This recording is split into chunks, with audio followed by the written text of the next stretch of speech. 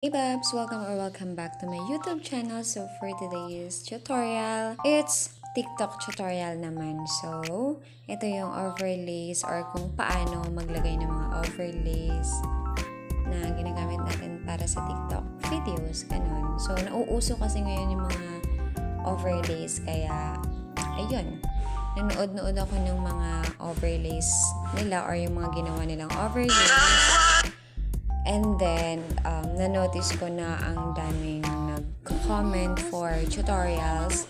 So, yes, gumawa ako ng tutorial para naman kahit paano makatulong ako. So, ayun, hindi ko sarili yung overlay na gagamitin ko dito. So, dito sa TikTok, mostly, yung mga overlays is free. So, kailangan nyo lang silang i-credits. Yes, maraming creators na gumagawa ng overlays na magaganda.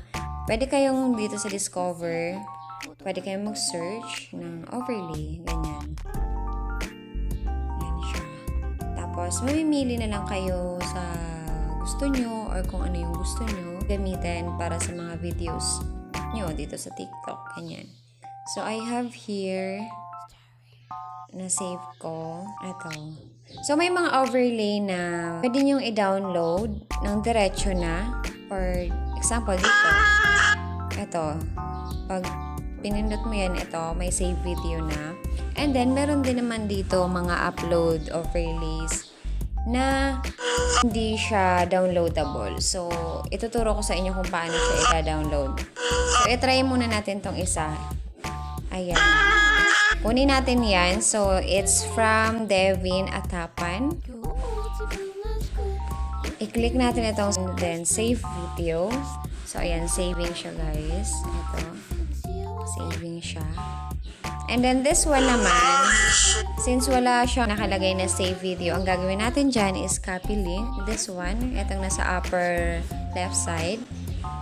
Ayan. So, once na na-copy link natin yan, punta na tayo ngayon sa Google Chrome. Then, search tayo ng Snaptik. Doon natin i-download yung ating videos or yung overlay. Ayan. This one, itong nasa unahan. Okay, so ayan siya. I-paste nyo dito yung link na kinapin nyo kanina. Ayan. Diinan nyo lang para lumabas yung paste. Tapos, click natin itong green. Ayan.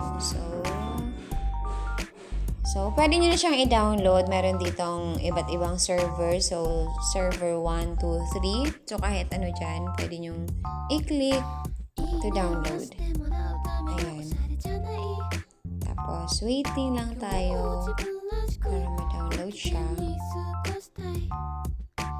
Punta na muna tayo sa ating CapCut. So, dito tayo mag-edit ng overlay na sinave natin. So, new project tayo.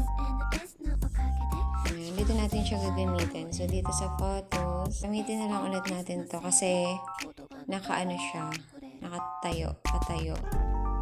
Tapos, punta lang tayo dito ngayon sa format.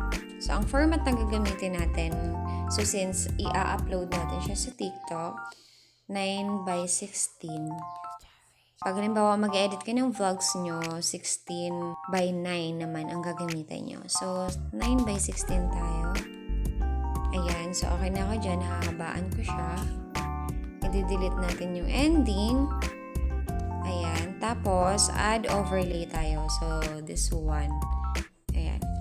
Add overlay. Add natin yung kanina. So, this one. Add natin. And then, isakto lang natin. Ayan. Okay. Tapos, click nyo lang yan, yung video or yung overlay na dinagdag nyo. Then, click nyo itong splice. Ayan. Ay, kapag na-click nyo na yung splice, or kapag okay na sa splice, then sa splice, itong pipiliin natin, filter. So, try natin.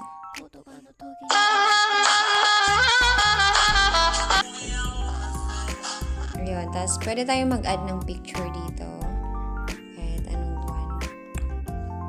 Ayan. Tapos, lagyan lang natin ng animation. Ang hina po ng signal ko. Combo na lang. Tapos, yun tayo. Like this one. Asan ba yun? Ito na nga lang. Google. Paborito ko to. Okay. So, ayan na siya. So, ayan.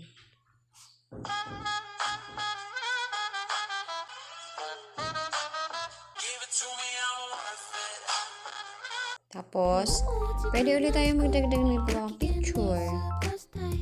So, ayan. Nagdag natin to. Tapos, ganun ulit. Ay, animation ulit. Combo.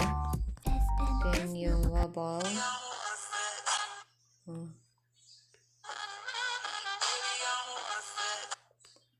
Tapos, adjust nyo na lang.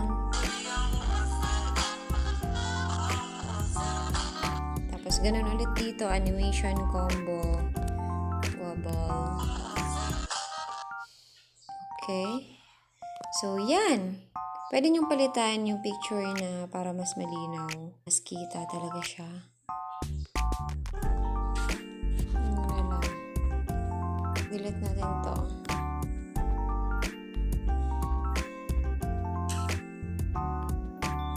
Okay.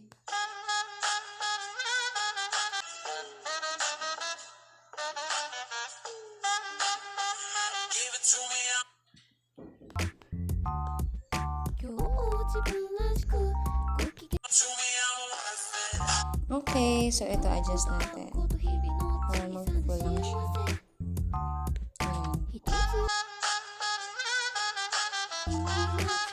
Okay, so since ayoko ng may tingnan nyo to, may watermark. Ayan o, nakikita yung Devin niya. So, punta ulit tayo ng TikTok. Okay, tapos, ito yun, diba? Ayan. Ipipindutin natin itong share button, tapos itong copy link. Tapos, punta tayo ngayon sa Google Chrome. Ayan. And then, dito sa Snaptik. So, search nyo lang lagi, Snaptik. Ganyan. And, lalabas naman kaagad siya eh. Yun yung pinakauna. Tapos, paste nyo lang dito. Diinan nyo lang hanggang sa lumabas yung paste na word. Then, itong green. Okay. After nyan, download nyo or i-click nyo yung kahit alin dyan. So, this one. Yun, downloading na po siya. Okay, so completed na. Balik tayo ngayon sa CapCut. Itong overlay, click nyo lang yung overlay. Then, ito, buburahin na natin yan. So, delete. Add overlay. Ito. Yan. Tapos, adjust nyo. Nasa Mac to. Or, para maganda siya tingnan. Ayan. Then, splice. Dito sa baba. Splice. Ito, filter. So, check nyo lang. Then, move mo to. Ayan. Okay, so, i-delete na natin siya konti. And then, yan dyan.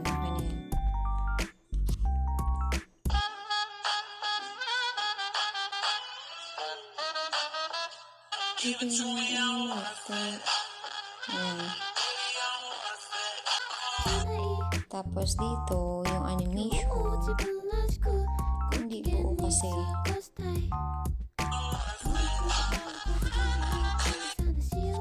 Okay, so yun na yun.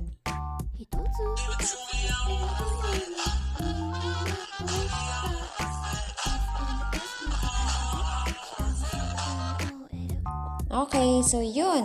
Sobrang dali lang. So, sobrang dali lang mag-add ng overlay. So, nakadepende yan sa overlay na idadagdag mo. Pero since black background yung ginamit niya, piliin natin yung filter na splice. So, save na natin. And then export. Okay, so that is all for today's video, Pops. I hope you liked it. So, bye! See you in my next vlog.